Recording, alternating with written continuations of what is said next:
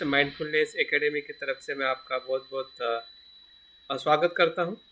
और कुछ टेक्निकल कारणवश से हम कुछ कार्यक्रम को सही तरीके से शुरुआत नहीं कर पाए, इसलिए मैं आप सबका मैं क्षमा चाहता हूं।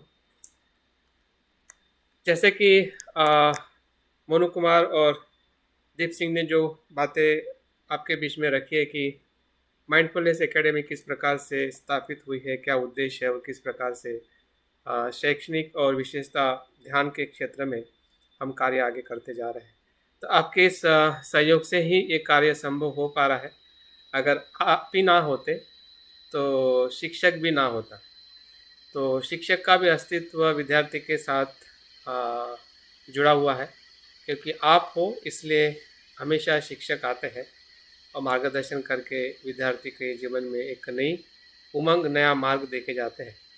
तो बुद्ध हमारे लिए शिक्षक है, गुरु है, मार्गदाता है। बाबा साहब हमारे लिए प्रेरणा स्थान है। तो उनकी प्रेरणा से ही उनके साथ चलने वाले जो अनुयायी हैं उनका जीवन सफल होता है। तो आज हम इसी ही सफलता को या सुखी जीवन के मार्ग की खोज के लिए एक नए अभ्यास के तरफ आगे बढ़ने जा रहे हैं। जो इसके पहले भी आप में से बहुत सारे लोगों ने इस एकेडमी के कोर्स के माध्यम से अलग अलग प्रकार की ध्यान साधना हो या अलग प्रकार का कोई विषय हो जो बौद्ध दर्शन से कहीं ना कहीं छुपा हुआ है या हम उसकी तरफ बहुत कम ध्यान देते हैं, ऐसे विषयों के ऊपर हमने अलग अलग सत्र अलग अलग विषयों के माध्यम से हमने अभ्यास किया है। तो आज भी हम ऐसे ही विषय को छूने वाले हैं या जानने का प्रयास करने वाले हैं कि जो बौद्ध धर्म में बहुत ही महत्वपूर्ण है। यह बौद्ध धर्म में ही नहीं बल्कि पूरे मनुष्य जीवन के अस्तित्व में अगर कुछ महत्वपूर्ण है तो है मनुष्य का मन, जिसे हम चित्त कहते हैं, विज्ञान कहते हैं या मनोविज्ञान भी कहते हैं। तो मुझे काफ़ी समय से ऐसा लग रहा था कि इस विषय के ऊपर आप लोगों के साथ मैंने चर्चा करनी चाहिए कि जो लोग सही में बौद्ध धर्म का अध्ययन कर रहे हैं और शील का पालन कर रहे हैं, ध्यान कर रहे हैं, लेकिन कहीं ना कहीं उसकी जो सूक्ष्मता जो है वो कहीं ना कहीं हमसे छूटती जा रही है। तो उस सूक्ष्मता का अनुभव करने के लिए या उसको जानने के लिए सही में हम शील का पालन करते हैं तो सही में क्या होता है, मन किस प्रकार से कार्य करता है, जब हम ध्यान करते हैं तो मन के किस तरंगों के साथ हम जुड़ जाते हैं, किस प्रकार का मन उसमें कार्यान्वित होता है, जब हमें प्रज्ञा का अनुभव होता है तो किस प्रकार से मन को हम देखते हैं, किस प्रकार से उसकी जो कार्य पद्धति है या उसकी जो उसका जो स्वभाव है वो हमें महसूस होता है। तो एकंदरित अगर हम देखते हैं कि पूरा बुद्ध का धर्म जो है, जिसे हम मार्ग कहते हैं, जिसे हम जीवन का दर्शन कहते हैं, वो पूरी तरह से मन, चित्त और विज्ञान पे आधारित है। अगर आप सबको ये बात काफ़ी समय हमने सुनी है और हमारे पढ़ने में भी आती है, धम्मपद की जो पहली जो गाथा जो है, मनो पुबंगा धम्मा मनो सेट्टा मनोमया, ये इसी ही 3 शब्दों में ही बुद्धिज्म का प्रारंभ, मध्य और अंत तीनों चीज़ दिखाई देता है। क्योंकि मनोपुबंगा धम्मा मतलब सभी धर्म मन में उत्पन्न होते हैं। अभी जो कुछ भी हम अभी कर रहे हैं या इसके पहले भी जो भी हमने कर्म किया है या लोग जो कुछ भी करते हैं, तो वो सभी कहीं ना कहीं उसका पूर्वांग जो है मन से ही होता है। दूसरा कोई उसका आधार नहीं है। जो भी धर्म उत्पन्न होता है, जो भी क्रिया उत्पन्न होती है, जो भी कंपन उत्पन्न होता है, फिर वो शारीरिक हो, मानसिक हो, भौतिक हो या अभौतिक हो, सभी मन की गहराई से मन के स्रोत से ही उत्पन्न होता है। जिस प्रकार से नदियाँ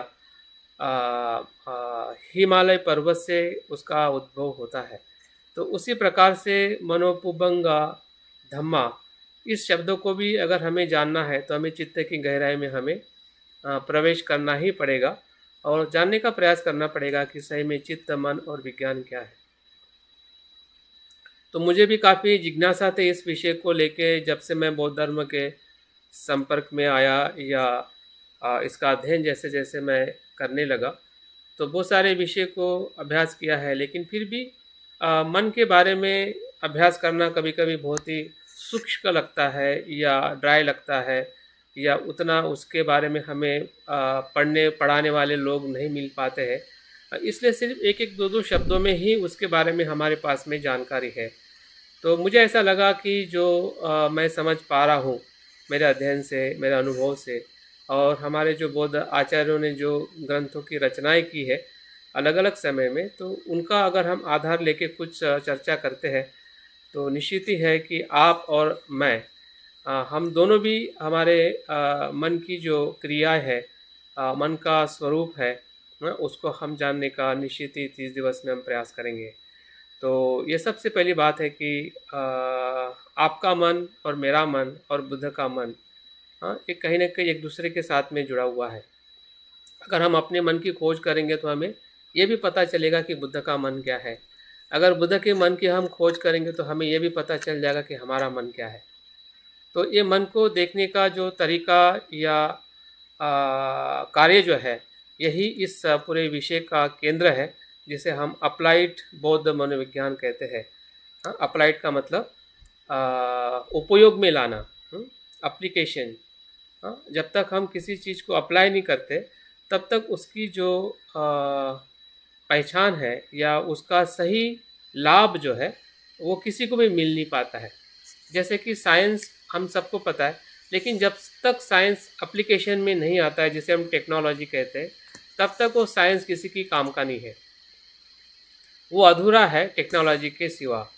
हाँ, वैसे ही अगर हमें हमारे पास मन है, हमारे पास में चित्त है या मनोविज्ञान को अगर हम जानते हैं, तो उसको कैसे अप्लाई किया जाता है। हाँ, शील के माध्यम से या कुशल अकुशल कर्म को हम कैसे उसको देखें, हमारे ध्यान के कर्मों को हम कैसे देखें, हमारे प्रज्ञा के विचारों को हम कैसे देखें, जिससे हमारा सुख और दुख जो है वो हमें दोनों समझ में आए। हाँ, क्योंकि दुख भी हमारे कर्म हमारे मन से ही उत्पन्न होता है। इसलिए आगे का जो बुद्ध कहते हैं कि मनो पुबंगा धम्मा मनो सेठा मनोमया, मनो मन ही श्रेष्ठ है। हम जो भी कर्म कर रहे हैं, भले मैं वाणी से बोल रहा हूँ और आप कान से सुन रहे हैं, ये भले शरीर का कर्म दिखाई देता है, लेकिन इसकी अगर प्रमुखता कोई लीड कर रहा है तो हमारा मन है। अगर आपके मेरे मन में अगर वो मुख्य नहीं होता कि मुझे पढ़ाना है, आपको पढ़ना है, वो सोच अगर आपके मन में निर्माण नहीं होती और उसके साथ में अगर आप आगे नहीं बढ़ते, तो शायद आपका शरीर जो यहाँ पे बैठा हुआ है, जिसे हम भौतिक कहते हैं या कान से सुनना एक भौतिक क्रिया है, तो ये कभी ना होती। और इस अर्थ से भी हम देखते हैं कि मन क्या है, मुख्य है। सब धर्म उससे से उत्पन्न होता है और हमारा कर्म का भी वो क्या है, केंद्र है। भले वो काया का कर्म हो या वाणी का कर्म हो, लेकिन उस कर्म में फिर वो कुशल हो या अकुशल हो, उस पे मन ही मुख्य है। तीसरी बात उसे में कहते कि वो मनोमय है। हाँ, भले कर्म करते समय हमें अलग अलग दिखाई देते हैं कि ये काया का कर्म है, ये वाणी का कर्म है, लेकिन वो मनोमय है। उधर भी मन है, इधर भी मन है। हाँ, वो मन से अभिन्न नहीं है। हाँ, हाँ, मन से भिन्न नहीं है। भले शब्द को हम शब्द कहते हैं, लेकिन वो मन है। भले हम बोलने को बोलना कहते हैं, लेकिन वो मन बोल रहा है, मन सुन रहा है, मन देख रहा है। हाँ, हर जगह पे मनोमय है। हाँ, तो इस प्रकार से जब हम उसको देखते हैं, तो सुख जो है वो हमारे जीवन का कैसे आधार और किस सुख को हम अनुभव करते हैं, इसका भी कहीं न कहीं हमें दर्शन या उसकी जो अनुभूति जो है, वो हमें हो सकती है, अगर हम मन के गहराई को समझने का प्रयास करें। अन्यथा इसका अगर हमें अनुभव नहीं होता है, तो हम कर्म तो करते हैं अच्छा होने के लिए, लेकिन उसकी जो प्रक्रिया है, उस प्रक्रिया के पीछे प्रेरणा है और उस प्रक्रिया से मिलने वाला परिणाम जो है, वो हमें बिल्कुल पता नहीं चलता है। और इसलिए हम काफ़ी बार अक्सर हम संभ्रमित रहते हैं, यार मैं तो अच्छा कर्म कर रहा हूँ, फिर भी मुझे दुःख क्यों है? लोग कितने बुरे कर्म कर रहे हैं, फिर भी वो सुखी क्यों दिखाई देते हैं? तो ऐसे बहुत सारे प्रश्न हमारे मन में निर्माण होते हैं जब हम अपने कर्मों को देखते हैं या औरों के भी कर्मों को हम देखते हैं, तो हम संभ्रमित हो जाते हैं कि ये कर्म का जो बताने का जो व्यवहार होता है कि अच्छे कर्म से अच्छा ही फल मिलता है, तो लोग अच्छे कर्म करके फिर दुखी क्यों होते हैं? क्योंकि वो मन की इतनी जो सूक्ष्मता जो है कर्म के साथ जुड़ी हुई है, वो शायद हमें सामान्य जो हम लोग हैं कि जो मन के गहराई में देख नहीं पाते हैं या अभ्यास नहीं कर पाते हैं, उनके लिए वो प्रश्न बिल्कुल एक संभ्रम निर्माण करने वाले होते हैं। कभी-कभी अच्छे कर्म करने की प्रेरणा भी हमसे छूट जाती है और हम शायद अच्छे कर्म कर भी नहीं पाते हैं, क्योंकि हमें मन की गहराई की तरफ हम देख नहीं पाते हैं। तो बहुत सारी बातें हैं कि जो इस कोर्स के माध्यम से जो मुझे लग रही थी या मुझे जो समझ में आ रही थी, उस बात को भी मैं बीच में रखने वाला हूँ, ताकि आप आपके अनुभव के माध्यम से भी अपने मन को आप समझ सकें।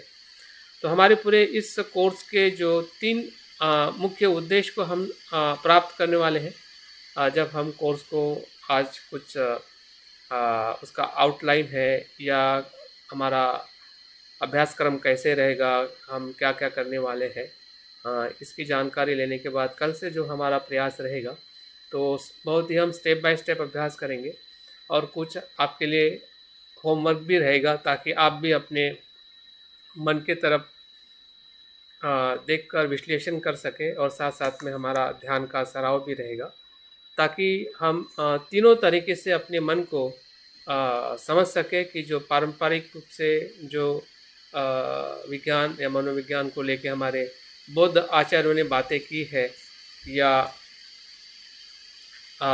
उसका जो विश्लेषण किया है, तो क्या वो हम वैसा समझ पा रहे हैं या कुछ हमें अस्पष्टता है, तो हम ज़्यादा से ज़्यादा स्पष्टता लाने का प्रयास करेंगे। और इसलिए पहला जो हमारा उद्देश्य जो है कि अभिधम्म आधारित बौद्ध मनोविज्ञान का अध्ययन करना है। हमें पता है कि उसके बारे में मैं आगे के 1-2 स्लाइड में बताने वाला हूँ कि अभिधम्म क्या है और किस प्रकार से उसका उद्भव हुआ है। तो ये हमारा सबसे महत्वपूर्ण केंद्र है या उद्देश्य है कि हम ये जानने का प्रयास करेंगे कि अभिधम्म का साहित्य जो है, वो बौद्ध धर्म में किस प्रकार से मन की व्याख्या करता है, या जिसे हम कहते हैं नैतिकता की व्याख्या करता है या बौद्ध दर्शन की व्याख्या करता है। तो बुद्ध के समय से ही लेकर जो बौद्ध धर्म में जो अनेक परंपराएं हमें सुनने पढ़ने को मिलती है, थेरवाद परंपरा हो या महायान परंपरा हो या उसके बाद में बाबा साहब से जो हमें धर्म जो मिला है, वो भी एक बहुत ही बड़ा दर्शन है कि जो हमें आधुनिक जगत में हम कैसे बुद्ध की शिक्षा को व्यक्ति विकास और सामाजिक परिवर्तन को लेके बुद्ध को हम कैसे अपनाएं। ये बाबा साहब ने जो एक नई खोज कह सकते हैं कि जो आज के परिप्रेक्ष्य में हमें बहुत ही लाभदायी हुई है समाज और देश के लिए, तो उसका भी हम अध्ययन करने वाले हैं। तो 2 बातें तो बहुत ही महत्वपूर्ण है कि अभिधम्म आधारित हम मनोविज्ञान को अध्ययन करेंगे। बाबा साहब के आंदोलन में या बाबा साहब के विचार में मनोविज्ञान का हम अवलोकन करेंगे कि बाबा साहब किस मन की बात करते हैं। फिर वो व्यक्तिगत हो या सामाजिक मानसिकता हो, वो क्या चाहते हैं। और विशेष रूप से हम भीतरी भी अभ्यास करेंगे कि मन का स्वभाव क्या है, उसकी प्रवृत्ति क्या है, उसके अलग-अलग प्रकार क्या है और उस मन के भीतर जो उसके जो अलग-अलग जिसे हम फैक्टर्स कहते हैं या उसके जो खंड जो है, उसके जो तत्व है, उसके बारे में भी हम समझने का प्रयास करेंगे। तो एक प्रकार से अगर देखा जाए तो ये बहुत बड़ा विषय है, जिस विषय के साथ हम सप्ताह में 5 दिन मिलने वाले हैं। मैं पूरा इतना विश्वास नहीं दिला सकता हूँ कि जो बात मैं बताऊँ या आप सुनो तो पूरी तरह से हमें वैसे ही समझ में आएगी। लेकिन मैं इतनी उम्मीद ज़रूर करता हूँ कि जो भी बात मैं बताऊँ या जो भी बात आप सुन पाओगे, तो उससे हमें मनोविज्ञान के तरफ देखने का हमारा नज़रिया है, या अभिधम्म के तरफ देखने का हमारा नज़रिया जो है, निश्चित ही है कि इसके प्रति हम और ज़्यादा सजग बनेंगे और उसके बारे में और अध्ययन करके अपने मनोविज्ञान को और गहराई से समझने का हम अपने जीवन में प्रयास करेंगे। तो इस प्रकार से हम 3 दिवस मंगल, बुधवार और गुरुवार या शुक्रवार 2 में से कोई भी एक दिन हम डिसाइड करेंगे, लेकिन 3 दिन हमारा जो है 9 से साढ़े 10 बजे तक का धम्मदेशना का सेशन रहेगा। और चिंतन ध्यान पे हम शनिवार और रविवार सुबह 6:30 से 7:30 बजे का हमारा टाइम पीरियड रहेगा। और उसमें जो भी आपको 2 दिन बीच में मिलेंगे उसमें कुछ आपके लिए होमवर्क रहेगा, जो आपके खुद के मन के बारे में ही आपको कुछ न कुछ जो विषय आपको दिया जाएगा उसके ऊपर आपको कुछ न कुछ उसके प्रति आपको चिंतन करके राइटिंग करनी पड़ेगी। ताकि हम ये चाहते हैं, ये कोर्स आपसे ये चाहता है कि दोनों तरफ से कुछ संवाद हो। कुछ आपके प्रश्न हैं उसके बारे में भी हम कुछ समय देके उसके ऊपर भी हम संवाद या चर्चा कर सकते हैं। लेकिन आपके तरफ से भी कुछ अध्ययन, कुछ नोट्स मैं आपको भेजूँगा, कुछ आप भी आपके पास में अगर कोई अभिधम्म के ऊपर कोई किताब है या मन के बारे में कुछ आपके पास में साहित्य है, उस साहित्य को भी आप इस कोर्स के दरमियान ज़रूर पढ़िएगा, ताकि हम आपके सहयोग से मैं भी कुछ बातें और गहराई से समझ सकूं और मैं समझाने का आप लोगों को प्रयास कर सकूं। क्योंकि मुझे लगता है कि मुझे समझाते समझाते ही मैं भी अपने आप को समझाने वाला हूं कि मन क्या है। आप पूरी तरह से ऐसी उम्मीद ना रखें कि हर चीज़ मुझे पूरी तरह से पता है, लेकिन मुझे पता करने की बहुत जिज्ञासा है, इतनी इतनी बात तो ज़रूर है। हाँ, ताकि मैं अपने मन को भी समझ सकूं और आपको भी समझने के लिए मदद कर सकूं। तो ये चार्ट जो अभी अभ्यासक्रम का चार्ट आप सभी लोगों के पास में आपके ग्रुप में ज़रूर आया होगा। उसको आप डाउनलोड करके रखिए, अगर प्रिंट आउट निकाल के रख सकते हैं तो वो भी बहुत ही अच्छा है, ताकि आपके पास में रोज़ पता चले कि क्या होने वाला है। जैसे कि अगर मैं थोड़ा संक्षिप्त में बताऊं कि हमारा कोर्स में हम बुद्ध से लेके आधुनिक मनोविज्ञान है, फिर विभिन्न बौद्ध दर्शन में अभिधम्म के आधारित मन की बात कैसी कही गई है, और विशेषता अभिधम्म पिटक में जो 4 परमार्थ सत्य जो है, जिसमें रूप, चित्त, चैतसिक और निर्वाण का उसमें अध्ययन किया जाता है, तो उसका हम संक्षिप्त में बात करने वाले हैं। थेरवाद बौद्ध दर्शन में चित्त के विभिन्न प्रकार क्या है, विज्ञानवाद जो विशेषता चित्त और मन के ऊपर काफ़ी अध्ययन करता है या उसका बहुत सारा साहित्य है, उसके आधार पे भी हम चित्त के प्रकार क्या है उसको हम देखने वाले हैं। और उसके बाद में जो हमारे मन में जो चैतसिक निर्माण होते हैं जिसे हम विचार कहते हैं, उसका भी बहुत ही सूक्ष्म ऐसा विश्लेषण बौद्ध दर्शन में हमें दिखाई देता है। तो उसके भी अलग अलग जो प्रकार है, कुशल चैतसिक है, अकुशल चैतसिक है, मूल क्लेश चैतसिक है। तो इसका मुझे लगता है कि बहुत ही हमारा अभ्यास इसमें हम करेंगे। बाबा साहब का चित्त कैसा था, बाबा साहब की जो बोधि चित्त है, पारमिता दर्शन कैसा था, सामाजिक मनोविज्ञान कैसे था। हाँ, तो इस प्रकार से हम जो अध्ययन के या थ्योरी के अंदर हम बहुत सारी चीज़ें सीखने वाले हैं।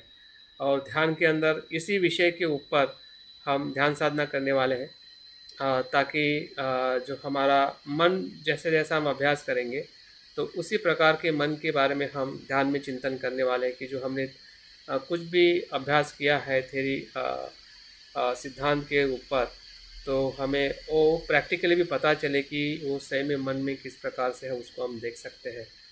तो मतलब एक प्रकार से प्रयोग है। और मैं ऐसा मानता हूँ कि बौद्ध धर्म जो है हमारे मन और शरीर पे प्रयोग करने का ही मार्ग है और कुछ नहीं है।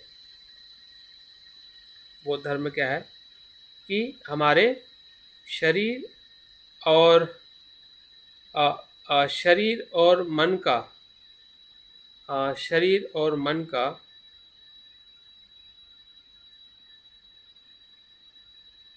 प्रयोग करना ही उसका दर्शन है, ऐसा मुझे लगता है। तो मेरी आवाज़ मुझे लगता है सबके पास आ रही है और स्लाइड भी बराबर दिखाई दे रही है।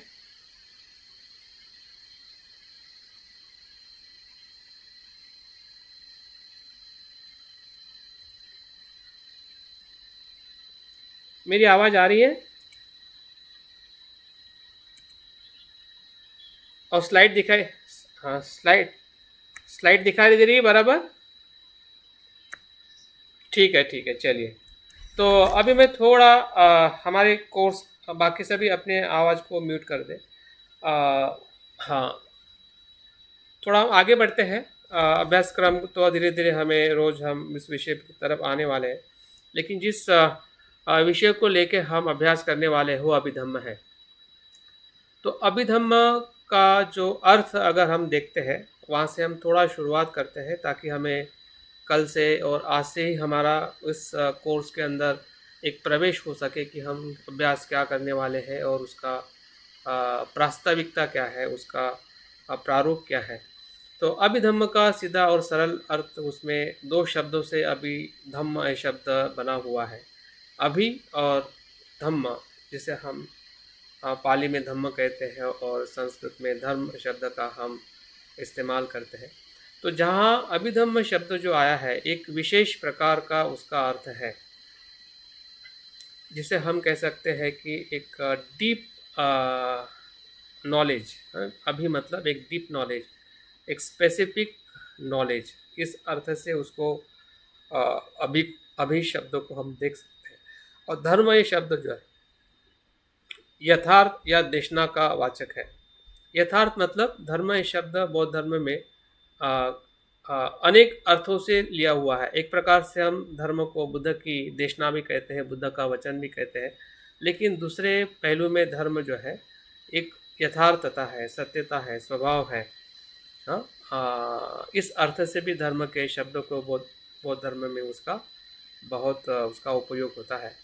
तो इस प्रकार से अगर हम इस पूरे शब्द को देखते हैं कि अभिधम्म उन विशेष धर्मों का परिचायक है कि जो निर्वाण, हाँ, प्रतिमुख धर्म है। वो निर्वाण की तरफ ले जाने वाला अध्ययन है या आचरण है, जिसे हम अभिधम्म कहते हैं। हाँ, और अभिधर्म कोश जो आ, बौद्ध संस्कृत साहित्य की सबसे बड़ी रचना है, कि जो वसुबंधु जो 5वीं शताब्दी में होके गए हैं, उन्होंने उनकी एक रचना है, उसमें उन्होंने भी इसी प्रकार से कहा है कि ये वह शास्त्र है कि जो निर्वाण के मार्ग को प्रकाशित करता है। तो इस अर्थ से अगर हम अभिधम्म को अभ्यास कर रहे हैं तो ये कैसे संभव है, इसका जब हम प्रश्न पूछते हैं कि वो निर्वाण के प्रतिमुख धर्म है या निर्वाण को प्रकाशित करने वाला धर्म मतलब अभिधम्म है, तो उसमें ऐसा क्या है। धम्म के बारे में तो हम काफ़ी परिचित है, जो बुद्ध का सामान्य तौर पे जो भी पहला उपदेश से लेके जिसे हम चार आर्य सत्य कहते हैं, वहाँ से लेके बुद्ध की जो भी शिक्षाएं बुद्ध ने बताई है और जो सूत्र पिटक में जो संकलित है, उस सूत्र पिटक के उपदेशों को हम अक्सर बुद्ध की शिक्षा या बुद्ध का सामान्य उपदेश या जिसे हम धम्म कहते हैं, उस धम्म का अर्थ हमें पता चलता है।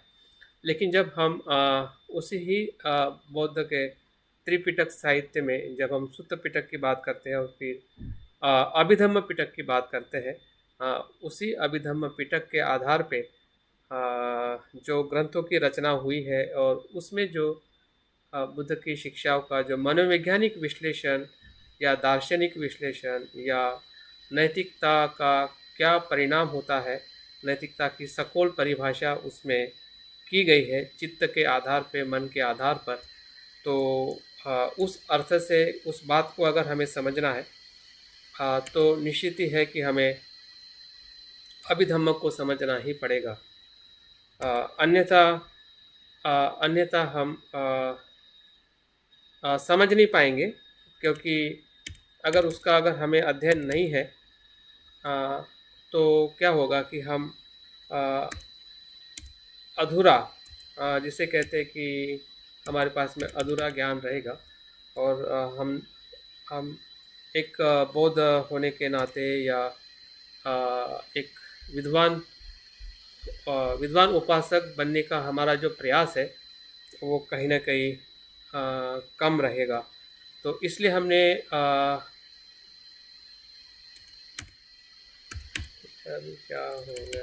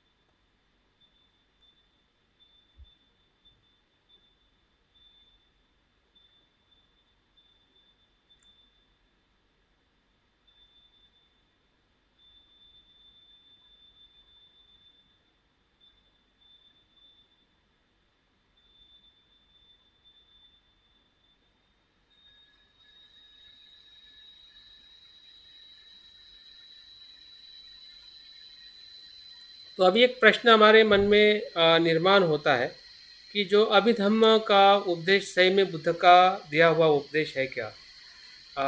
या अभिधम्म पिटक का उद्भव कैसे कब हुआ? हम सबको पता है कि बुद्ध के महापरिनिर्वाण के बाद बौद्ध संगति जब हुई थी तब अ, बौद्ध परंपरा के अनुसार हमें इसका विश्लेषण मिलता है कि त्रिपिटक का मौखिक या मौखिक संगायन हुआ था, जिसमें अ, सुत्त पिटक, विनय पिटक और अभिधम्म पिटक इन ग्रंथों का या इन बौद्ध साहित्य का संकलन हुआ था। तो वहीं से हमें अभिधम्म जो पिटक जो है उसका दर्शन है, उसका अभ्यास हमें बौद्ध परंपरा में उत्पन्न होते हुए दिखाई देता है। लेकिन इसके पीछे भी एक बहुत बड़ी घटना है। ये कोई सिर्फ इसलिए नहीं था कि बुद्ध ने इसके बारे में बताया नहीं है और बौद्ध भिक्षु इकट्ठा हुए और उन्होंने अभिधम्म पिटक की रचना की है। उसकी जो पार्श्वभूमि में ऐसा बताया जाता है जो बौद्ध साहित्य में कि तथागत बुद्ध जो है अपनी जो माता है महामाया, जिन जो दिवंगत थी और उनका जो देवलोक में वो जन्म लिया था, उस देवलोक में जाके बुद्ध जो है अभिधम्म की देशना देते हैं। ऐसा वर्णन बौद्ध साहित्य में विशेषतः अभिधम्म के पिटक को लेकर उसका दर्शन बताया जाता है। तो उस देवलोक में उनकी माता और बहुत सारे जो देवलोक थे उनको अभिधम्म की शिक्षा, जिसमें चित्त क्या है, चित्त के प्रकार क्या है और किस प्रकार से चित्त के ज्ञान से हम निर्वाण को प्राप्त कर सकते हैं, इसके बारे में बुद्ध जो है वहाँ पर जाकर उपदेश देते हैं। इस प्रकार से हमें वर्णन मिलता है। जिस अभिधम्म पिटक का हम अभ्यास करने वाले हैं कुछ प्रारंभिक रूप में, क्योंकि अभिधम्म पिटक का अभ्यास करना इतना सरल नहीं है, क्योंकि बहुत सारा साहित्य उसके भीतर संकलित है। हम कुछ पन्नों को हम देखने वाले हैं जो हमें रोज के जीवन में हमारे मन को देखने के लिए हमें मदद कर सके। तो बुद्ध की पहली जो धम्म देशना जो है अभिधम्म को लेकर या चित्त और विज्ञान के विश्लेषण को लेकर अपनी जो माता थी महामाया, जो देवलोक में उनका जन्म हुआ था, वहाँ पर जाके बुद्ध उपदेश देते हैं। उसका कंटिन्यूशन ऐसा बताया जाता है कि 3 महीना तक बुद्ध वहाँ पे उपदेश देते हैं और उपदेश देने के बाद प्रत्येक दिन बुद्ध जब पृथ्वी लोक पर आते हैं और उसका जो सार जो है, संक्षिप्त जो उपदेश जो है, उसके उनके जो परम ज्ञानी शिष्य है जिसका नाम सारिपुत्त है, उनको उस देशना का सार रूप बताते हैं।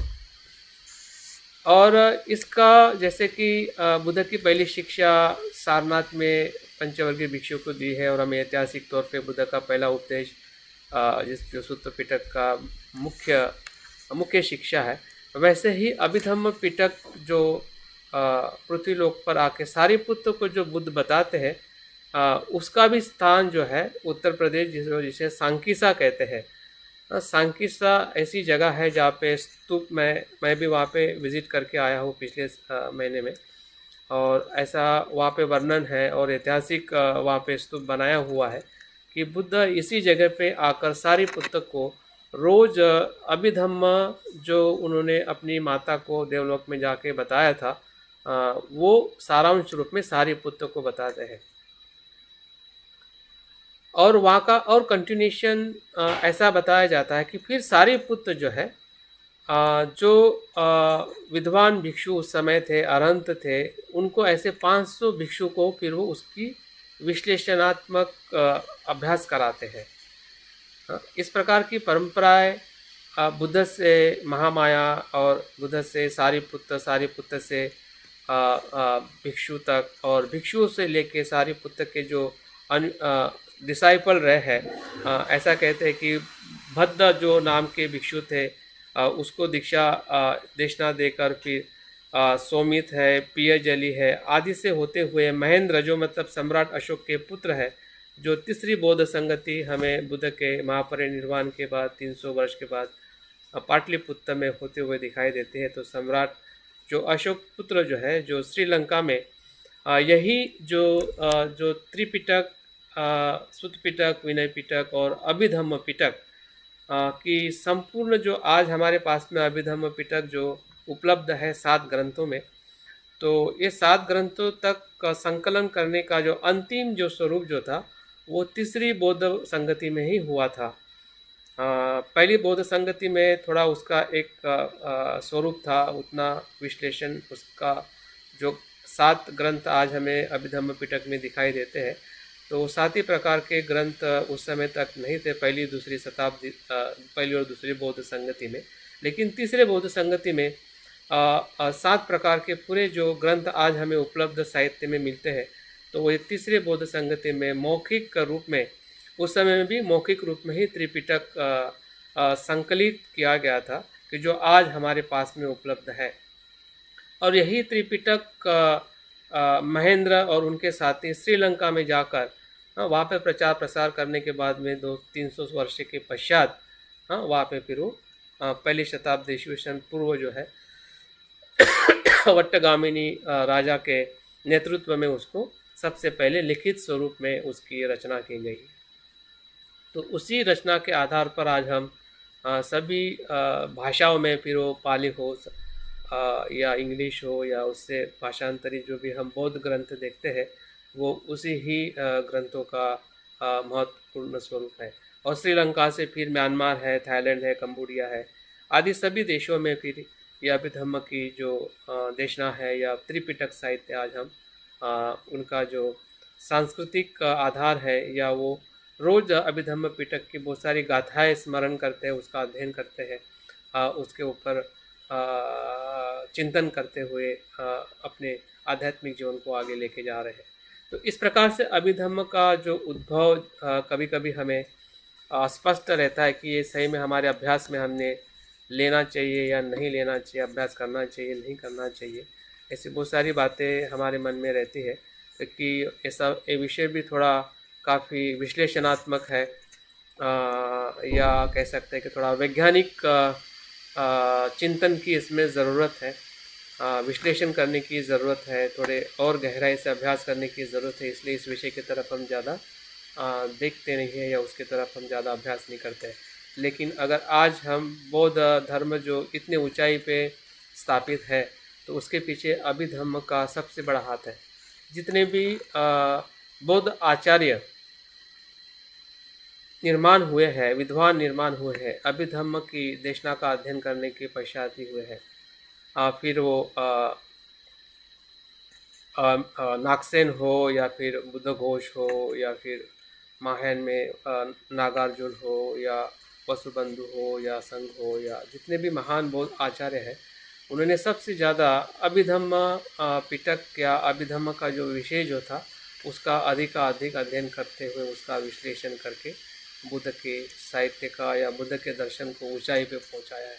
तो आज हमारी भी जिम्मेदारी है कि हम भी कुछ न कुछ मात्रा में इसका अध्ययन करें और जाने कि सही में हमारा जीवन मन पे आधारित है, तो हमने इस अभिधम्म पिटक के कुछ पहलुओं को ज़रूर हमने अभ्यास करना चाहिए। जैसे कि मैंने अभी कहा कि बुद्धघोष 5वीं शताब्दी के महान त्रिपिटकाचार्य थे, महान बौद्ध अट्ठकथाकार थे, जो श्रीलंका में जाके उन्होंने जितनी भी सिएली भाषा में अट्ठकथाएँ जो वहाँ पे भाषांतरित हुई थी, पाली में एक भी अट्ठकथाएँ नहीं थी, तो वहाँ पे जाके सियाली में से पाली में भाषांतर करने वाले जो महान विद्वान बुद्धघोष जो होके गए हैं, वे भी इसका विश्लेषण करते हैं कि अभिधम्म शब्द क्या है। तो वो ऐसा बताते हैं कि सबसे उन्नत का उन्नत इस अर्थ से वो शब्द का, अभिधम्म शब्द का वो व्याख्या करते हैं और विशेष सिद्धांत के रूप में वो उसका व्याख्या करते हैं। साथ साथ में ये भी बताते हैं कि ये सूत्र पिटक के सिद्धांत से अलग किया जाता है क्योंकि इसका उस प्रकार से विश्लेषणात्मक नहीं है।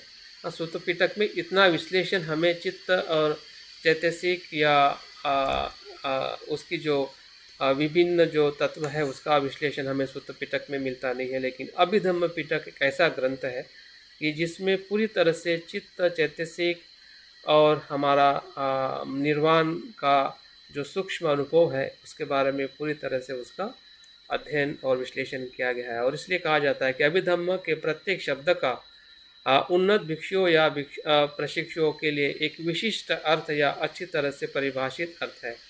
तो अभिधम्म को अगर हमें समझना है तो हमें थोड़ा एक हमारी जो अभ्यास करने की जो रुचि है या अभ्यास करने का हमारा जो लक्ष्य जो है उसको थोड़ा सूक्ष्म करना पड़ेगा ताकि हम इस अभ्यास को कर सकें।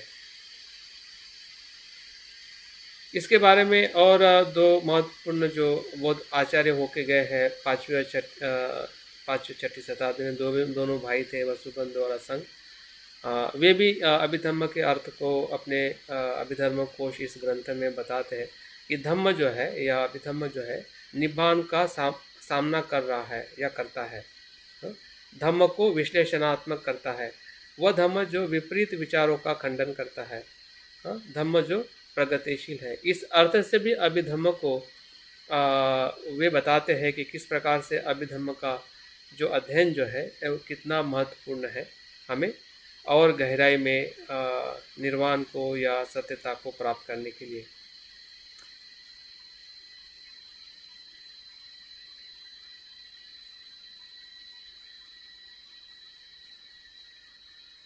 ये अभिधम्म पिटक के 7 ग्रंथ है। इसके ऊपर हम ज़्यादा अभ्यास नहीं करने वाले हैं, लेकिन जस्ट आपके जानकारी के लिए कुछ चीज़ें मैं आपको कल इसका थोड़ा डिटेल्स भेजूँगा कि इस ग्रंथ में क्या क्या विषय इसमें संकलन किया गया है। ऐसा पूरी तरह से हमें समझना है कि सूत्र पिटक जिस प्रकार से बुद्ध के सामान्य उपदेश या बुद्ध के संवाद उसमें विश्लेषण किए गए हैं उसे हम सूत्र पिटक कहते हैं। विनय पिटक जो भिक्षु भिक्षुणी के नियम का उसमें वर्णन किया गया है। और अभिधम्म जो पिटक जो है ये बौद्ध धर्म का या विशेषता थेरवाद जो परंपरा है उसमें मनोविज्ञान के संबंधित इसमें पूरी तरह से चर्चा की गई है।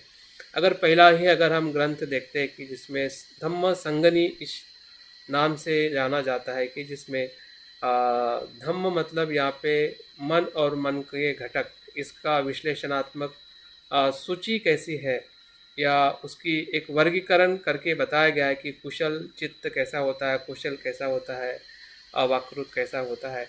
तो इस वर्गीकरण के आधार पे संगनी का मतलब एक प्रकार से टेक्स्ट को विश्लेषण करना, धर्मों को विश्लेषण करना। विभंग का उसी का ही एक उसका पूरक ग्रंथ है। धातु कथा में धातु का विश्लेषण किया गया है। चौथा जो पुद्गल पन्नति है, पुद्गल का मतलब मनुष्य कितने प्रकार के होते हैं, आर्य पुद्गल है, अनार्य पुद्गल है, या उनके आचरण के आधार पे कुशल अच्छे पुरुष, सत्पुरुष या दुष्पुरुष, इस प्रकार से पुद्गल मतलब पुरुषों का या व्यक्ति का उसमें वर्गीकरण किया गया है। कथावत्तु ये जो ग्रंथ जो है ये तीसरे बौद्ध संगति में जो मोगलीपुत्र तीसरे जो अध्यक्ष थे उन्होंने लिखी हुई ये रचना है। इस कथावत्तु में एक विशेष प्रकार का दर्शन या अभ्यास हमें करने को मिलता है कि अशोका के समय में बौद्ध दर्शन के जितने भी विभाजन हुआ है 18 अलग प्रकार के परंपराओं में या शाखाओं में, उसका पूरा वर्णन इसमें मिलता है कथावत्तु में। जिसमें जो 18 प्रकार के दर्शन कैसे बने, क्यों बने, क्या उनका दर्शन कैसे क्या था, किस दर्शन को मानते थे, तो उसका पूरा वर्णन अगर हमें किसी ग्रंथ में पढ़ना है तो कथावत्तु जो मोगलीपुत्र तीसरे की रचना है कि जो तीसरे बौद्ध संगति में उन्होंने की और वो इस अभिधम्म पिटक का 5वां ग्रंथ बना। यामक का मतलब कुछ युगल, कुछ बुद्ध के उपदेश है जिसे हम जोड़ी में उपदेश कहते हैं, उस प्रकार के उपदेश उसमें संकलित किए गए। और पठाना मतलब पटिच्च समुत्पादा, कि प्रत्यय से प्रत्ययों का इसमें विश्लेषण किया गया है, किन किन कारणों से क्या क्या होता है।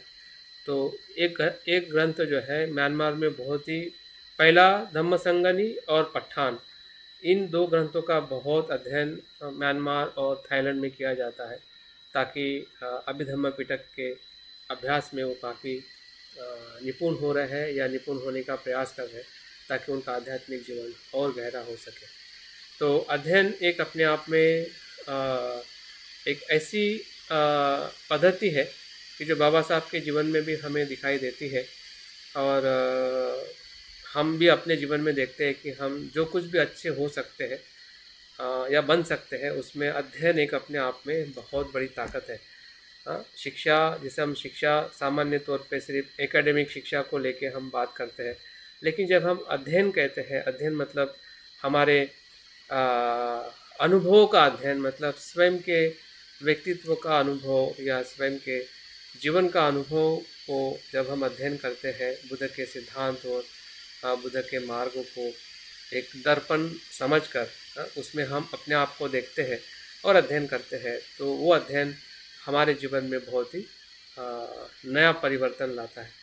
तो बौद्ध मनोविज्ञान का जो क्षेत्र जो है पूरे बौद्ध दर्शन में और आजकल आधुनिक जगत में भी उसका बहुत बड़ा स्थान, या उसका क्या कह सकते हैं, उसका जो प्रभाव जो है वो पूरी तरह से अभी आ चुका है। जो भी मनोविज्ञान आज जो बातें करते हैं, बुद्ध के मनोविज्ञान को छोड़ के वो बातें नहीं कर सकते, क्योंकि जितना सखोल अध्ययन बुद्ध और बुद्ध के अनुयायी ने किया है, उतना सखोल अध्ययन मन के ऊपर किसी ने भी नहीं किया। भले आज का मनोविज्ञान कितना भी कितने ही प्रकार से हमें दर्शन या कुछ शिक्षाएं देता है, लेकिन बुद्ध के मनोविज्ञान के आगे वो पूरी तरह से अधूरी है। तो अंतिम मैं एक कहानी बता के आज का सत्र यहाँ पे मैं समाप्त करने वाला हूँ। और ये कहानी मुझे लगता है कि हम सबके लिए कल के या आने वाले सभी कोर्स में या सभी क्लास में हमारे लिए एक मार्गदर्शक है।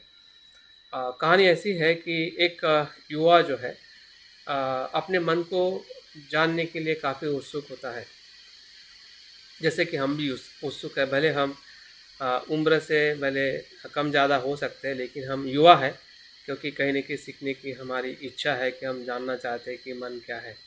तो ऐसा ही युवा मन को जानने के लिए बहुत उत्सुक रहता है, कि उसको लगता है कि कुछ तो है मन, उसको मैंने जानना चाहिए। तो ये गुरु के पास जाता है, या बौद्ध जो ध्यानी होते हैं उसके पास जाता है और उनको रिक्वेस्ट करता है कि गुरु आप मुझे बताइए कि मन क्या है। तो अभी यहाँ पे देखिए कि सामान्य तौर पे जब भी गुरु के पास हम जाते हैं, तो गुरु तुरंत बता देता है कि मन ये है, ऐसा ऐसा है। लेकिन वो गुरु बड़ा क्या कहते हैं कि काफ़ी विद्वान था कि मन को देखने का तरीका उसको कैसे बताया जाए। सामान्य तौर पे हम सवाल का जवाब दे के हम किसी को बता देते हैं, लेकिन ये जो ध्यानी गुरु था वो कहता है कि तुम पूछ रहे कि मन क्या है, तो तुम्हारा मन तो तुम्हारे पास में, मैं कैसे बताऊँ तुम्हारा मन तो तुम्हारे पास में है, और तुम पूछ रहे कि मन क्या है, तो मैं कैसे बताऊँ कि तुम्हारा मन है, तुमने खोजना चाहिए कि मन क्या है। तो उस युवा को लगता है कि बात तो सही है, तो फिर भी वो प्रश्न करता है कि हाँ बात सही है, लेकिन मेरा मन ढूंढना चाहता हूँ, तो कम से कम आप मुझे ये तो बताएं कि मैं कैसे ढूंढूँ। हाँ, तो गुरु बोलता है कि ये बात मैं बता सकता हूँ कि आपने किस प्रकार से मन को ढूंढना चाहिए, लेकिन मन तो तुम्हारा है और तुम्हें ही ढूंढना है। तो 4-5 प्रकार से वो प्रश्न देता है गुरु कि जाओ और इस प्रकार से प्रश्न आप अपने आप को पूछो, और आप खुद जवाब लेके मेरे पास में आओ। तो प्रश्न ऐसा पूछने के लिए कहते हैं, पहला प्रश्न है कि मन क्या है।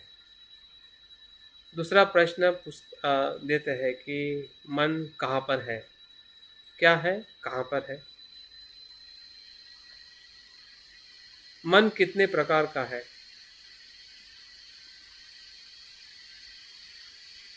मन का रंग क्या है,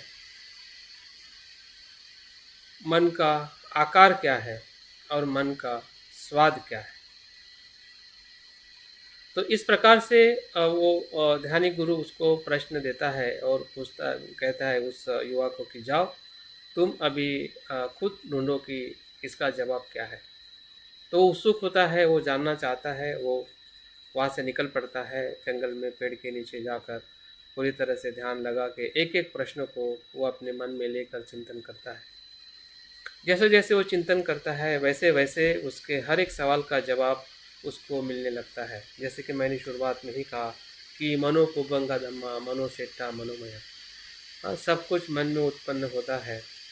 मन ही समस्या निर्माण करता है, मन ही समाधान कर सकता है अगर उसको हम उस प्रकार से समझने का प्रयास करें। तो जब पहला प्रश्न पूछता है कि मन क्या है, तो उसको जवाब अपने आप ही मिलने लगता है। जिस प्रकार से हम किसी भी वस्तु को पूछते हैं कि ये चीज़ क्या है, तो उसका एक हमें रूप मिलता है। लेकिन जब उसने मन को प्रश्न पूछा कि मन क्या है, तो उसको समझ में आया मन इज़ नथिंग, उसका कोई फॉर्म नहीं है। माइंड इज़ नथिंग, क्योंकि हर चीज़ हम किसी रूप में देखते हैं तो कुछ न कुछ हम उसको ज़रूर कहते हैं कि ये चीज़ है। लेकिन मन के बारे में ऐसा ना हम अनुभव कर सकते हैं, ना देख पाते हैं कि मन कुछ ऐसी चीज़ है कि जिससे हम बाकी चीज़ को देखते हैं। फिर वो दूसरा प्रश्न पूछता है कि मन कहाँ पर है, वेयर इज़ माइंड। उसका भी चिंतन करते करते उसको जवाब मिल जाता है कि mind is here and mind is there, mind is inside and mind is outside. अगर हमें प्रश्न नहीं पूछते तो हमें काफ़ी द्विधा रहती है कि मन बाहर कैसे हो सकता है।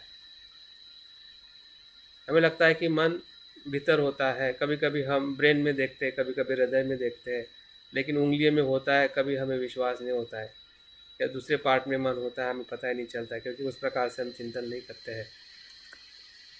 तो मन भीतर भी है और बाहर भी है, इसलिए उसको मनोमय कहा जाता है। आप किसी पर्टिकुलर हिस्से में नहीं कह सकते कि मन यहाँ पे है और वहाँ पे नहीं है। तो मन कहाँ पे है? सभी जगह पे है। जिस प्रकार से हवा जब आप भीतर लेते हैं तो आपकी हवा बन जाती है, ऑक्सीजन बन जाता है, लेकिन वो आप बाहर के साथ में ही उसका संपर्क रहता है पूरे ब्रह्मांड के साथ, पूरे वायुमंडल के साथ। वायुमंडल के साथ की हवा ही हमारे भीतर जाती है। मतलब हवा हमसे अलग नहीं है, हम हवा से अलग नहीं है। हवा भीतर भी है, हवा बाहर बाहर भी है। तो चित्त भी ऐसा ही है, मन भी ऐसा ही है।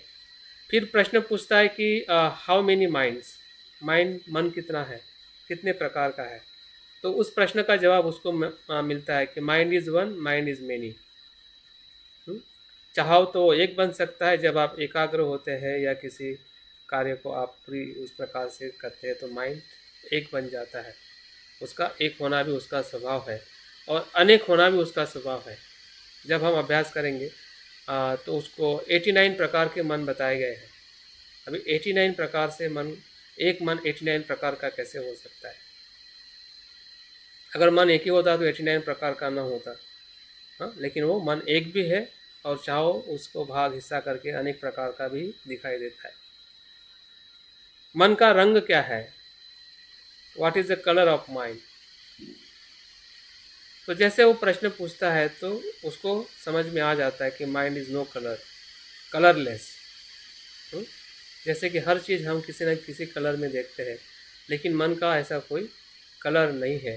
हाँ, जिसे हम इस कलर में देख सकते हैं, उस कलर में नहीं। हाँ, लोभी होगा तो अलग कलर होगा, द्वेषी होगा तो अलग कलर होगा, निर्वाण और मैत्री का होगा तो अलग कलर होगा। तो उसके कोई अपना खुद का कलर नहीं है, कलरलेस है। और उसका स्वाद क्या है? What is the taste of mind? उसका टेस्ट क्या है? टेस्ट इज टेस्टलेस, उसका कोई टेस्ट नहीं है। इसलिए तो मन को देखते समय कभी कभी हम बहुत ड्राई हो जाते हैं। हाँ, क्योंकि हमें पता नहीं चलता है कि मन का टेस्ट क्या है। जैसे कि समंदर के पानी का जो टेस्ट होता है वो हमें पसंद नहीं आता है। हाँ, तो मन को भी देखने का टेस्ट ऐसे ही है। हाँ, जैसे जैसे हम मन को देखते हैं तो वैसे वैसे उसका जो मूल टेस्ट जो है वो हमें समझ में आता है, जिसमें हम आसक्त रह नहीं सकते हैं। ऐसी टेस्ट जो है जिसे विमुक्ति की टेस्ट कहते हैं, हम्म, वो उसका मूल स्वभाव है। और मन का आकार क्या है, फॉर्म क्या है, फॉर्मलेस। मन का कोई आकार नहीं है, हम्म, मन का कोई आकार नहीं है। तो इस प्रकार से अगर हम मन को प्रश्न पूछते हैं, ऐसे जो प्रश्न उन्होंने पूछे, और जब वो गुरु के पास आता है तो गुरु फिर हर एक प्रश्न के जवाब को सुनकर सेटिस्फाइड होता है कि नहीं, आपने जो मन का विश्लेषण किया है और जो खोजा है, हाँ वही सच्चा मन है, और आपने ढूंढ लिया है कि मन क्या है। तो मैं भी उम्मीद रखता हूँ, या एक कोर्स भी आप सबसे उम्मीद रखता है, भले मैं आपको या एक कोर्स के माध्यम से जो भी हम चर्चा करेंगे, तो कुछ न कुछ प्रश्न है या कुछ न कुछ हमें हिंट्स ज़रूर मिलेगी। लेकिन जब हम आप स्वयं प्रश्न से प्रश्न करोगे, स्वयं खोजोगे कि मेरा मन क्या है, मैं कैसे मन को देख पा रहा हूँ, क्या विश्लेषण कर पा रहा हूँ, क्या चीज़ें मुझे समझ में आ रही है, वो जब जवाब मिलेगा तो सही अर्थ में वो अध्ययन आपका या हम सबका हो सकता है। तो बहुत बहुत आपके इस कोर्स के इस साथ में जुड़े रहने के लिए, और आप निश्चित ही इस कोर्स से जो आप चाहते हैं, या हम भी इस उद्देश्य से कोर्स की जो निर्माण किया है, उस उद्देश्य में ज़रूर सफल बनेंगे आपके सभी सहयोग के साथ में। तो मैं अपनी बात यहाँ पे पूर्ण करता हूँ। बहुत बहुत धन्यवाद, और जय भीम, नमो बुद्धाय।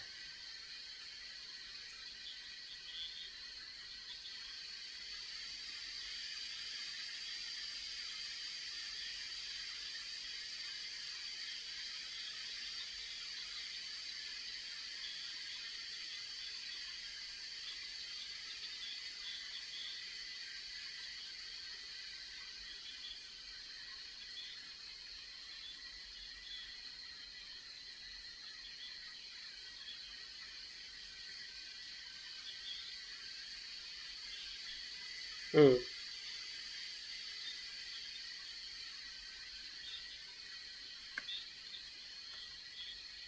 हम्म।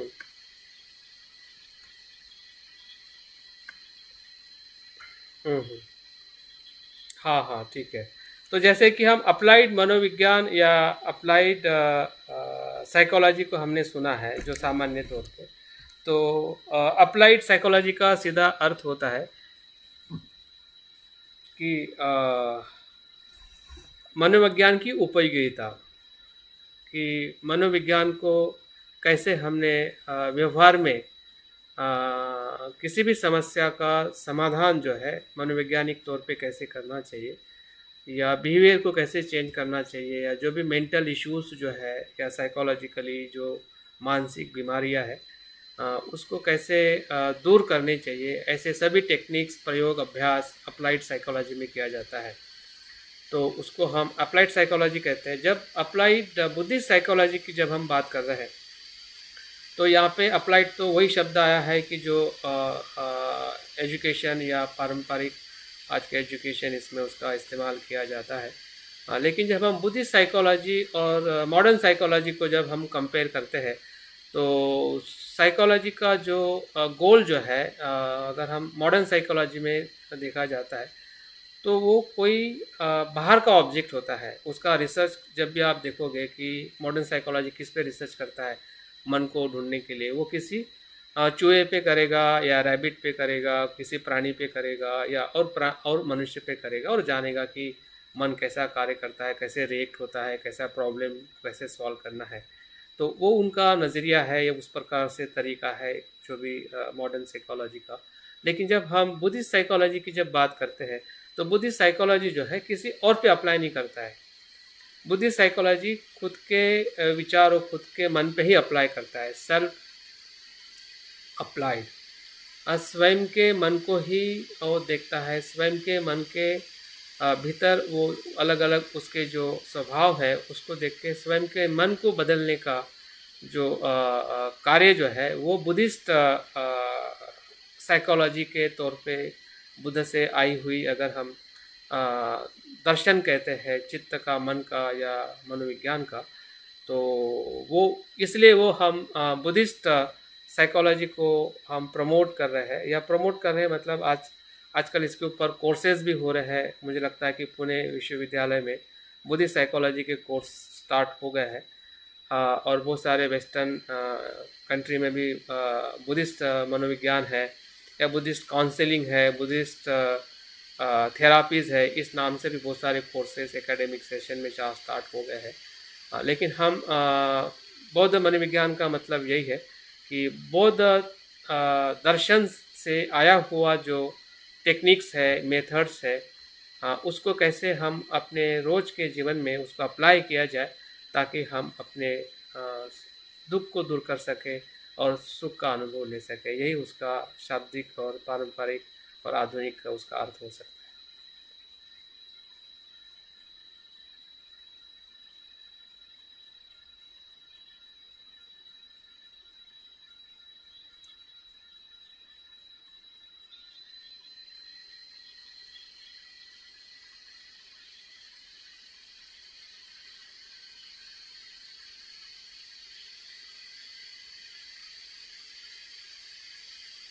हाँ, तो कोर्स की ज़रूरत इसलिए है कि जैसे कि गुरु और टीचर का जो संवाद जो है, वो दोनों बात को बताता है कि ज़रूरत है और ज़रूरत नहीं है, कहाँ पे ज़रूरत है और कहाँ पे ज़रूरत नहीं है। अगर आप उसका संवाद का अगर आप विश्लेषण करते हैं, तो जो गुरु ये बताना चाहता है कि मैं आपको मदद कर सकता हूँ, लेकिन मेरी मदद तभी आपको अनुकूल होगी कि जब आप स्वयं भी अपनी मदद करना चाहते हैं।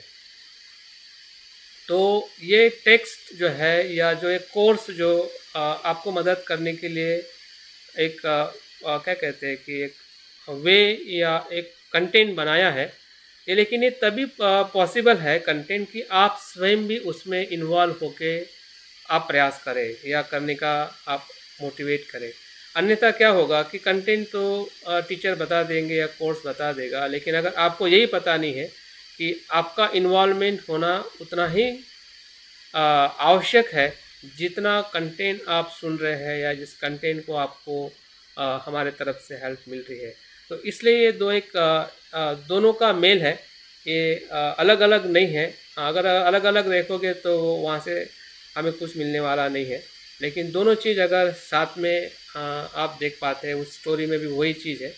अगर आपको खुद को ही करना है तो फिर कंटेंट और कोर्स का क्या मतलब है, तो ये सवाल उठ सकता है। लेकिन जब हम किसी एक्सट्रीम में सोचते हैं तो ऐसा देखते हैं, लेकिन जब मध्यम में अगर हम सोचते हैं कि उसका मतलब क्या है, तो मुझे लगता है कि दोनों भी बहुत ही ज़रूरी है, दोनों से ही तीसरा निर्माण हो सकता है।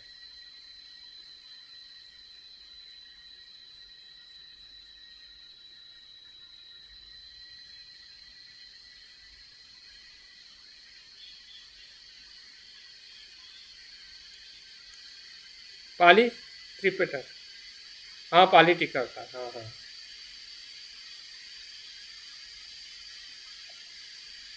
हाँ हाँ हाँ, टीकाकार मतलब उसका इंग्लिश में होता है कमेंटेटर, कमेंट्री। टीकाकार, टीकाकार मतलब जो एनालिसिस करता है, ठीक है, एनालिटिकल उसका विश्लेषण करता है, उसको टीकाकार कहा जाता है ना। टीका का मतलब यहाँ पे क्या कहते हैं, हाँ हाँ, टीका, टीका का, नहीं नहीं, यहाँ पे टीका करने का मतलब टीका टिप्पणी नहीं है, यहाँ का टीका का मतलब है डीप डिस्क्रिप्शन, विश्लेषण। जैसे कि बुद्ध ने ये कहा है, ठीक है, बुद्ध ने कुछ कहा है सूत्र पिटक में, तो किस संदर्भ में कहा है वो सूत्र पिटक में मिलता नहीं है। लेकिन जब आप बुद्ध घोष ने लिखी हुई जो टीकाएँ जो है, सूत्र पिटक के ऊपर लिखी हुई है, अभिधम्म पिटक के ऊपर लिखी हुई है, तो उसमें हमें पूरा संदर्भ मिलता है कि बुद्ध ने ये शिक्षा कब कहा, कब कही है, कहाँ पे कही है, क्यों कही है, और उसका हमारे जीवन में क्या उसका महत्व हो सकता है, उसका भी हमें विश्लेषण मिलता है। उसको टीका कहते हैं या उसको कमेंट्रीज कहते हैं। हाँ, बुद्ध के साहित्य का जो वर्गीकरण जो है, सूत्र पिटक के बाद में जो भी लिखी गई उसके ऊपर जो लिखी हुई विश्लेषण जो है, उसको कमेंट्रीज कहते हैं। उसके बाद में उसके ऊपर भी कमेंट्री के ऊपर जो कमेंट्री लिखी है उसको अनुटीका कहते हैं। अगर हिस्टोरिकल ग्रंथ है उसको क्या कहते हैं, दीपवंश है, महावंश, वो कैटेगरी में आते हैं। तो मतलब बौद्ध साहित्य का जो अलग अलग विश्लेषण या वर्गीकरण किया गया है, उस वर्गीकरण के अंदर ये टीकाकार जो है, विशेषतः बुद्ध घोष जो सबसे प्रसिद्ध टीकाकार रहे, उसके बाद में एक परंपरा बनी है कि टीका के ऊपर टीका लिखना या किसी भी साहित्य के ऊपर विश्लेषण करके लिखना है, बहुत परंपरा बन चुकी है। इस अर्थ से उसका अर्थ है। ठीक है।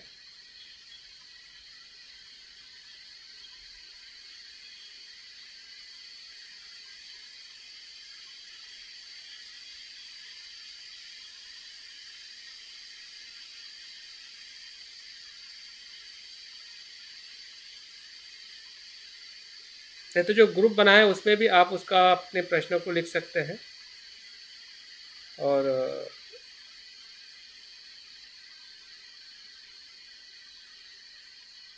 किसी का कुछ कमेंट्स है, किसी का कुछ अभिप्राय है कि जो कंटेंट आपको पढ़ाने जाने वाला है उसमें कुछ आपका सजेशन है, या अभी जो मैंने बताया है उसमें किसी का अ, अभिप्राय है तो ज़रूर बता सकते हैं, अन्यथा फिर हम यहाँ पे आज का सेशन समाप्त करते हैं। मुद्रा साफ नहीं आती रही है, वो बीच बीच में ब्रेक हो रहा है। हाँ सुभाष चंद्र जी बोलिए। सर आपका